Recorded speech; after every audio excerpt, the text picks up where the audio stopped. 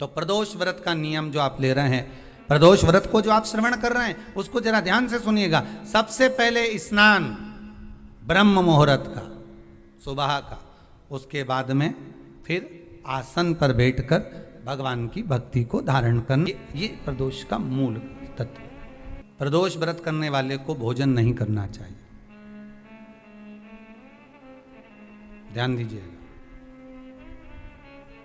फलाहार करो, उसमें भी नमक का सेवन मत करो। प्रदोष व्रत में नमक का सेवन वर्जित होता है। कारण क्या कारण होता है? उसका एक कारण माना गया है नमक की वर्जितता। जिस समय पर एक नगर में एक ब्राह्मणी रहती थी, बहुत भाव से सुनिएगा, प्रदोष व्रत नमक को त्यागने का भाव। एक ब्राह्मणी रहती थी एक नगर में, उसका पति नहीं था, छोटा सा बालक एक साथ में रहता, छोटा सा बालक। अब ब्राह्मण के घर की धर्म पत्नी है,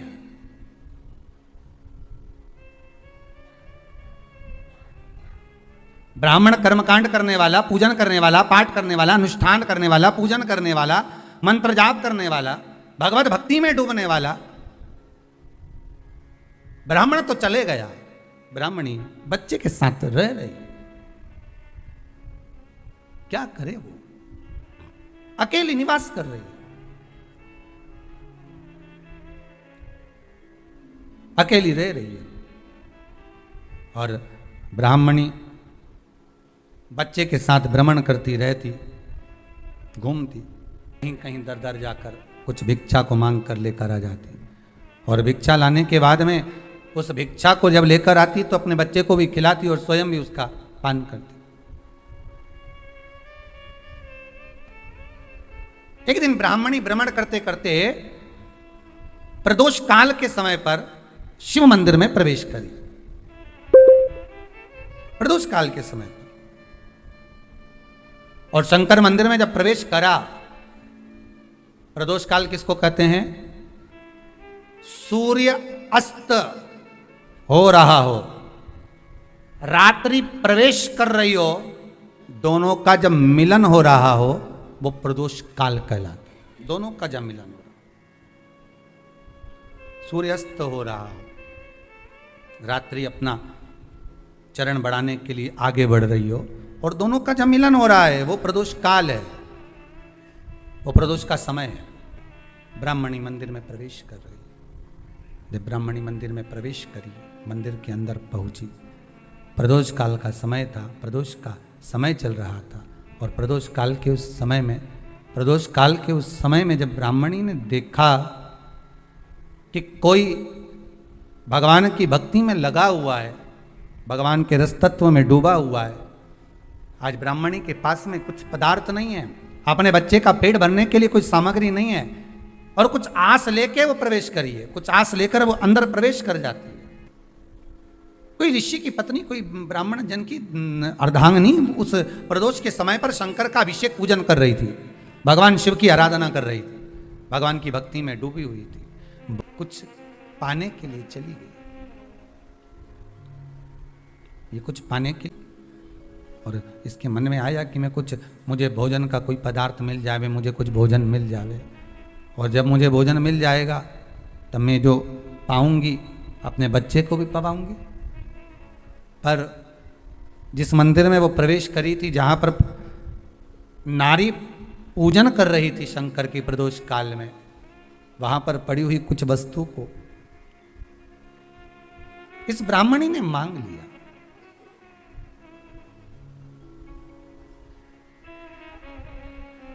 मेरे बालक को बहुत भूख लगी है, मेरा बच्चा बड़ा भूखा है, इसके भोजन के लिए थोड़ी सी सामग्री दे दीजिए, इसके भोजन के लिए थोड़ा सा कुछ रसतत्व दे दीजिए। उसने उठाया थोड़ा सा पदार्थ, कुछ जो उसके पास में था वो दिया। जब दिया तो देने के बाद जब उसे प्राप्त हुआ, और होने के बाद में जब वो मिल गया उसको, तो उसने उस समय पर उस पदार्थ को जैसे ही मुख में लिया, लेते ही कहा, इसमें तो स्वाद नहीं है।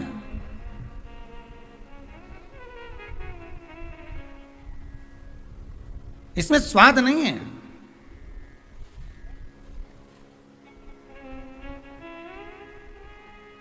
उस ब्राह्मणी ने बड़ा सुंदर एक संवाद कहा।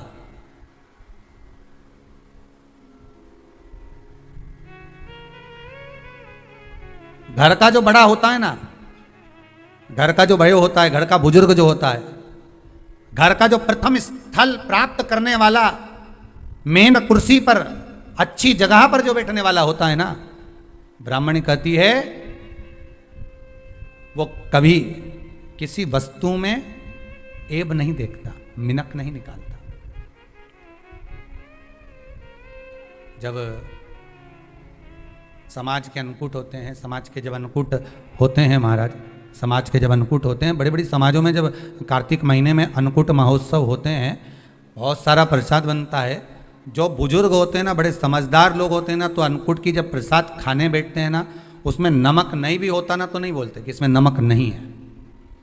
पर जो हमने डोनेशन दिया है, जब तुम आए थे समाज वाले, तो हमने 1000 का लिफाफा दिया, 500 का लिफाफा दिया, 2000 का लिफाफा दिया, और भोजन ऐसा बनवाया। एक व्यक्ति वो जो खाकर चुपचाप चले गया, और एक व्यक्ति वो जिसने प्रसाद पर उंगली उठाई। इन दोनों को अन्नकूट की तारीख पे इनका नाम लिख लो, और अगला अन्नकूट आए तब दोनों की दशा देखना। एक जो चुपचाप खाकर चले गया, भगवान के प्रसाद को प्रसाद मानकर, प्रभु का दर्शन मानकर लेकर चले गया, वो उन्नति की सीढ़ी पर चढ़ता चले गया, और जो मिनक निकालता रहा वो साल भर खटर पटर की जिंदगी जीता रहा। भगवान के प्रसाद में कभी भी ध्यान रखिएगा, भगवान के प्रसाद के अंतर्गत स्वाद की कोई मूलता नहीं होती। भगवान का प्रसाद स्वयं स्वाद है। भगवान के प्रसाद में नमक नहीं देखना, मिर्ची नहीं देखना, भगवान के प्रसाद में शक्कर नहीं देखना, भगवान के प्रसाद में कुछ ये नहीं देखना कि कितना माल डला, कितना घी, कितना बादाम, कितना काजू, कितना इलायची डला। हाँ, यहां तक शास्त्र कहता है कि भगवान का प्रसाद अगर बन रहा है तो उसकी सुगंध भी नहीं ली जाती है महाराज। यहां तक शास्त्र कहता है। जब तक भगवान उसको पानी ले तब तक उसका सुगंध भी नहीं ली जाती। और कई कई जगह तो भगवान को प्रसाद अगर सूखा सामान हाथ में आ गया, इलायची कैसी है, मंदिर के अंदर जाने वाली है भगवान को डलने के लिए, लाओ यार किसकी दुकान से आई इलायची बताओ, इलायची तो 25 बार सूंघा, हाँ हाँ अच्छी है, अब सूंघ लिया तो भगवान इसको स्वीकार करेगा क्या? अरे जम के तो बोलो। एक फूल तुमने बगीचे से तोड़ा और सोचा इसमें पहले मैं सूंघ लेती हूँ, इसमें स्वाद है कि नहीं, इस फूल में गंध है कि नहीं, इसमें सुगंध है कि नहीं, और फूल सूंघ लिया, उसके बाद तुम भगवान को देखो, भगवान स्वीकार करेगा? नहीं, भगवान स्वीकार नहीं कर सकता। धनिया पाउडर आया सब्जी में डालने के लिए, कैसी गंध है, सूंघ लिया, अब तुम डाल दिया, वो उसका कोई स्वाद नहीं है, उसका कोई महत्व नहीं, भगवान उसको स्वीकार नहीं कर सकता, भगवान उसको स्वीकारेगा नहीं। महाराज ब्राह्मणी ने जैसी मुख में लिया थूक दिया, ये श्रेष्ठ नहीं है। जो ऋषि की पत्नी अंदर पूजन कर रही थी प्रदोष काल, उसने कह दिया, आपका चेहरा बता रहा है कि आप ब्राह्मण की धर्म पत्नी, पर आज आप दर दर जाकर अगर भिक्षा मांग रही हो, दर दर जाकर अगर भीख मांग रही हो, दर दर जाकर भिक्षा को मांग रही हो, तो इसमें आपके पति का दोष नहीं है, दोष आपका है, क्योंकि आप भगवान के प्रसाद में भी जो स्वाद देखी थी ना, ये आपका एक जन्म का नहीं है, ये ना जाने कितने जन्म का है। ब्राह्मणी के मस्तिष्क में बैठ गया, वो कहा ना, वो बक्कल में नहीं अक्कल में बैठ गया कि ये स्वाद नहीं देखना। इसलिए प्रदोष व्रत के अंतर्गत ब्राह्मणी ने उस दिन से विचार कर लिया कि जैसे आप पूजन कर रही हो, जैसे आप अर्चना कर रही हो, जैसे आप आराधना कर रही हो, ऐसी आराधना, ऐसी पूजन, ऐसी भक्ति मैं भी करूंगी, ऐसी आराधना मैं भी करूंगी। अब मैं स्वाद नहीं देखूंगी। तो प्रदोष व्रत करने वाले को ध्यान रखना चाहिए कि नमक का सेवन ना करे, नमक को ना पाए। भोजन ना करें, फलाहार करिए, फल का आहार करिए, प्रयास करिए। और यदि आपने व्रत का ले लिया भोजन का कि हम तो एक टाइम फलाहार करेंगे, एक टाइम भोजन करेंगे, ऐसा भी कई लोग प्रदोष ले लेते हैं, तो वो बात आपकी है, आप तक रखो, ठीक है, अपने मन तक। ठीक है, बाबा आपकी मनोकामना पूर्ण करे, वो भी भाव रखो। बहुत बड़ा दुख आए, छोटे से रूप में निकल जाए तो समझ लेना शंकर ने कृपा कर दी। बहुत दिन से काम नहीं हो रहा था, काम तुरंत हो गया, समझ लेना शिव ने कृपा कर दी। प्रदोष काल में जाकर भगवान शंकर की आराधना कर, शिव मंदिर में जाकर अर्चना कर, प्रदोष काल में जाकर शंकर को नमन कर। अगर प्रदोष का व्रत नहीं भी करता तो प्रदोष काल में जाकर शंकर के मंदिर में एक घृत का घी का दिया लगा दे। आपको पहले भी कहा है, तुम्हारी भगवान से अगर बेर है, भगवान के मंदिर नहीं भी जाना चाहते तो भगवान की चौखट पे दिया लगा दो, पर लगाओ। शाम के समय पर प्रदोष काल में बेलपत्री के पेड़ के नीचे, चाहे शंकर के मंदिर के दरवाजे पर या शिव मंदिर में, अगर आप प्रदोष के दिन दिया लगाते हो, सोमवार के दिन दिया लगाते हो, तो ऐसा कोई व्यक्ति नहीं जिसको मेरे देव अधिदेव महादेव मेरा विश्वनाथ भंडार नहीं भरता हो, खाली नहीं छोड़ेगा, दे देगा, भंडार भर देगा। कमी तो नहीं रख सकता, ये पक्का। पर तुम करना ही नहीं चाह, 2-4 सोमवार करो और उसके बाद के तो महाराज जी हमने तो करा था, हमको तो मिला ही नहीं। 2-1 प्रदोष करा तुमने, अरे 1 साल करो, सारे दर बदर भी तो अपन ठोकर खा कर आए, इतना साल निकाला अपन ने, और 6 महीना 3 महीना 4 महीना भगवान से निवेदन तो करो, दिल से कहो तो सरी, नी भंडार भरे तो बात दूसरी, एक बार बोलो तो। पर जगत के लोगों के सामने जाकर मत कहना, कहना तो देव अधिदेव महादेव से कह। प्रदोष व्रत करने वाले को प्रदोष के दिन प्रयास करना चाहिए कि रात्रि के समय पर आधा घंटा, 10 मिनट, 20 मिनट जागरण करे। जागरण मतलब थोड़ा भगवान का भजन कर ले।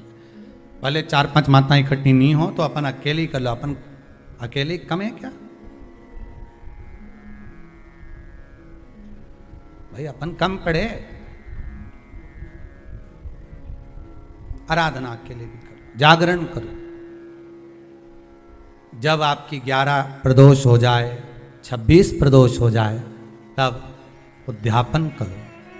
उद्यापन 2 ब्राह्मणों को जोड़े से बुलाओ, ब्राह्मणों को जोड़े से बुलाकर उनके चरणों की पूजन कर कर, आराधना कर कर, सुंदर मंडप तैयार कर कर भगवान का, उसमें सुंदर रंगोली डालकर, मंडल बनवाकर पूजन करो शंकर भगवान की प्रदोष का।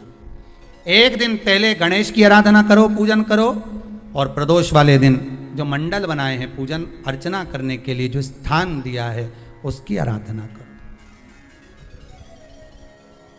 खीर की आहुतियां दीजिए 108 बार, जो ब्राह्मण आए उनके माध्यम से मंत्रों द्वारा पूजन कराकर खीर की आहुतियां दीजिए शिव नाम। महाराज फिर ब्राह्मणों को जोड़े से भोजन कराकर, चरणों को नमन कर कर, दक्षिणा प्रदान कर कर, निवेदन कर कर ब्राह्मणों से कहें, हे ब्राह्मण देवता, आप हमें आशीर्वाद प्रदान करें कि जिस प्रदोष का हमने व्रत किया है उस व्रत का पुण्य फल हमें प्राप्त हो। ऐसा ब्राह्मण चरण को नमन कर कर, प्रणाम कर कर उनसे अपने मस्तक पर अक्षत छुड़वाएं, फिर नमन कर कर, भोजन कराकर विदा करें। शाम को भगवान का जागरण करें। ऐसे प्रदोष व्रत का उद्यापन कर अपने जीवन को सार्थक बनाएं। ऐसा सुंदर प्रदोष व्रत का व्याख्यान वर्णन स्कंद पुराण में करा गया। वही स्कंद पुराण का प्रदोष व्रत का वर्णन आपको शिव महापुराण के इस सुंदर संवाद में किया गया। दुख की जिंदगी चल रही है, बेलपत्र लीजिए और 7 चावल के दाने इस बेलपत्र के मध्य वाली पत्ती पर रख लीजिए। जो बेटा बेटी बहुत प्रयास कर रहे हो, बहुत कंपटीशन एग्जाम दे रहे हो, बहुत मेहनत कर रहे हो, और उसके बाद भी बहुओं का, बेटियों का, बेटों का अगर कहीं जॉब नहीं लग रहा और कहीं सिलेक्शन हो ही नहीं रहा और बहुत हार चुके हैं, तब एक बेलपत्र 7 चावल के दाने मध्य पत्ती पर 7 चावल के दाने एक घिसे हुए चंदन की गोली, पीला चंदन को घिस कर उसकी एक गोली बनाए, एक गोली गोल कर कर शिवपिंडी जैसी, शिवलिंग जैसी गोली बनाकर उस चावल के दाने पर रख लो। एक स्थान पर रखकर घर के अंदर ही उसका पूजन कर लो, कर कर दिए से आरती कर कर ऐसी कैसी ही बेलपत्र अशोक सुंदरी वाली जगह पर आकर रख दीजिए। ये किसी भी प्रदोष के दिन या किसी भी सोमवार की अष्टमी के दिन या किसी भी विशेष शिवरात्रि के दिन आप ये एक बार केवल करना है और अपने मन की कामना कर कर उसको रखकर बाबा को घी का 2 दिया लगाकर आ जाना है। मेरा भोलेनाथ आपका हाथ पकड़कर आपको कंपटीशन एग्जाम में विजय दिलाएगा। जिस जिस महीने में जो जो प्रदोष पड़ा करे, जब प्रदोष पड़े बन सके 1 बेलपत्र, बन सके 5 बेलपत्र, शमी पत्र, हरे मूंग, हरा मूंग, बेलपत्र, एक कलश के अंदर थोड़ा सा पानी लेकर 1 बेलपत्र, हरा मूंग, शमी पत्र डालकर और उसमें थोड़ा सा गुड़ डालकर भगवान शिव का स्मरण कर कर प्रदोष काल में, मान लो कोई काम आपका बहुत जरूरी है, बहुत दिनों से आप थक गए हैं, नहीं हो रहा, कर्जा बढ़ रहा है, धन नहीं आ रहा, व्यापार नहीं चढ़ रहा, या कोई समस्या बहुत प्रबल है, कोई एग्जाम में बैठ रहे हो नहीं हो रहा, परीक्षा भी दे दी है, रिजल्ट आने ही वाला है, तो भी प्रदोष काल में, प्रदोष के समय वो जल, मूंग, समीपत्र और बेलपत्र और गुड़ का शंकर के शिवलिंग को समर्पित करना प्रारंभ कर दो। 2 या 3 प्रदोष करोगे, बाबा आपकी मनोकामना शीघ्र पूर्ण कर देगा। 2 या 3 करो, बाबा करेगा।